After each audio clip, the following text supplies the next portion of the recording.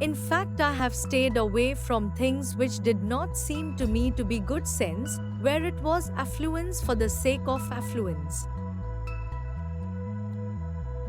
The Ismaili Imam has repeatedly denied the Western media's claims that he lives a lavish or wealthy lifestyle. I am not affected by suggestions in print that I live a luxurious Western life, while most Ismailis live in underdeveloped Eastern countries, he went on. These are just smears by cheap magazines. Serious publications are aware of the work we do and of our achievements in many countries. Such smear stories never appear in Asian publications. Interviewer: it is often suggested that your affluent lifestyle is very different from that of most Ismailis who live mostly in the poverty of the third world. Do you think that is a fair comment? Aga Khan: I think that affluence is perhaps the wrong terminology. I do not seek to do things, in fact, I have stayed away from things which did not seem to me to be good sense, where it was affluence for the sake of affluence. I'll give you an example. I have a private aircraft, but that aircraft today is flying between 450 and 600 hours a year. You take 600 hours of time, that translates into approximately 2 months of working days.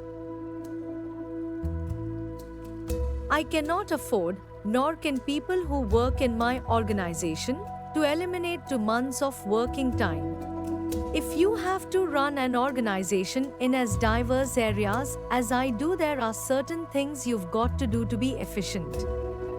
When you talk about extremely poor people, of course there are poor people throughout the developing world and there will be poor people for years and years.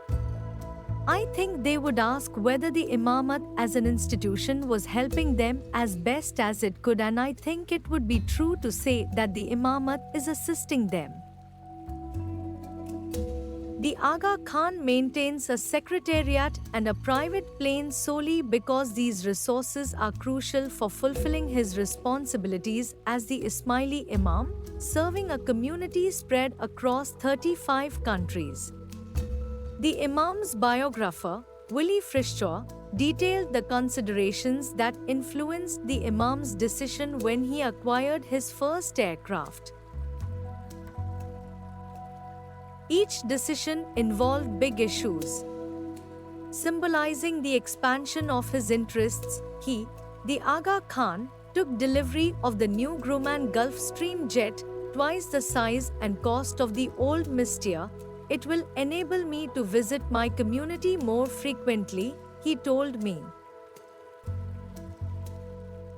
On a personal level, the Aga Khan does not lead a luxurious lifestyle. During his final year at Harvard, when he completed 1.5 years of coursework in just 2 semesters, he neither owned a car nor relied on private transport, choosing instead to use public transit, despite having access to Imamat funds. Even his Harvard roommate, Stevenson, observed how modestly the Imam lived, with very few personal possessions. K. Khan, Stevenson said, was a charming fellow with a cracking wit. According to his roommate, he did not go in much for clothes and became known as that guy who had only one pair of shoes. During the time I knew him, said Stevenson, he owned 2 suits, but I never saw either of them pressed. He had about 2 dozen neckties, but they were all the same color.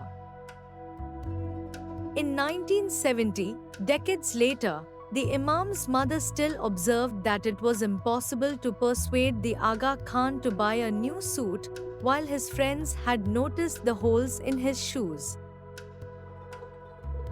When the Aga Khan enters, it is with a burst of youthful but well-controlled energy. He wears a sober dark suit, white shirt and an unobtrusive tie. He looks elegant whatever he wears, rather like an English squire who sports his shabbiest jacket during weekends on his estate. His mother says that it is a job to get him to buy a new suit, and friends have noticed holes in the soles of his shoes. One of them says, the Aga Khan wears a French smile and English socks, not a bad combination. Although many criticize the Imam for extravagance due to his property in Sardinia and its tourism development, they would be surprised to learn the true reason he spends time there. Overwhelmed by work and frustrated with the Western media's misinterpretation of his role as Imam, the Aga Khan sought a peaceful and private place to retreat. But after my grandfather died, I found the work so onerous, and there was so much misunderstanding here about the Imam and the Ismailis that I felt I had to find a place where I could go and not be disturbed. So I joined a small group that had interests in Sardinia and found myself caught in a development that just grew. We found the place so beautiful, and we were so happy that we decided we had to be very careful, because if not, the place would simply become another ugly, overcrowded tourist center.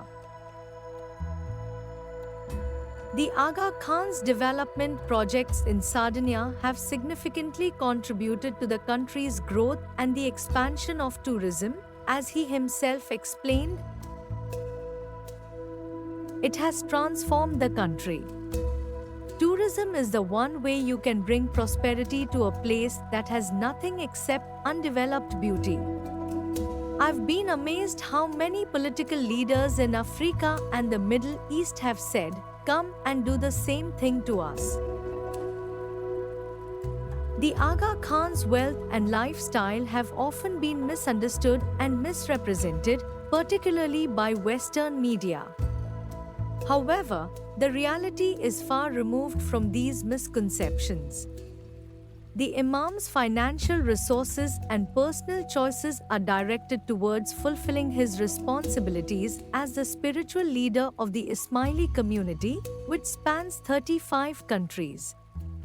His modest lifestyle, characterized by simplicity and practicality, stands in stark contrast to accusations of extravagance. From his early years at Harvard to his current role, the Aga Khan has prioritized efficiency and responsibility over luxury. His personal possessions and habits reflect this ethos, as noted by his peers and biographers. For example, his use of a private aircraft and his investments in Sardinia are not symbols of affluence but necessary measures to efficiently manage his global commitments and create sustainable development. His work in Sardinia exemplifies his vision for transforming undeveloped regions into thriving, carefully managed communities, serving as a model for tourism-driven prosperity. Despite the criticism, the Aga Khan remains focused on his mission to support the Ismaili community and foster progress in the developing world, proving that his actions are driven by purpose and responsibility rather than personal gain.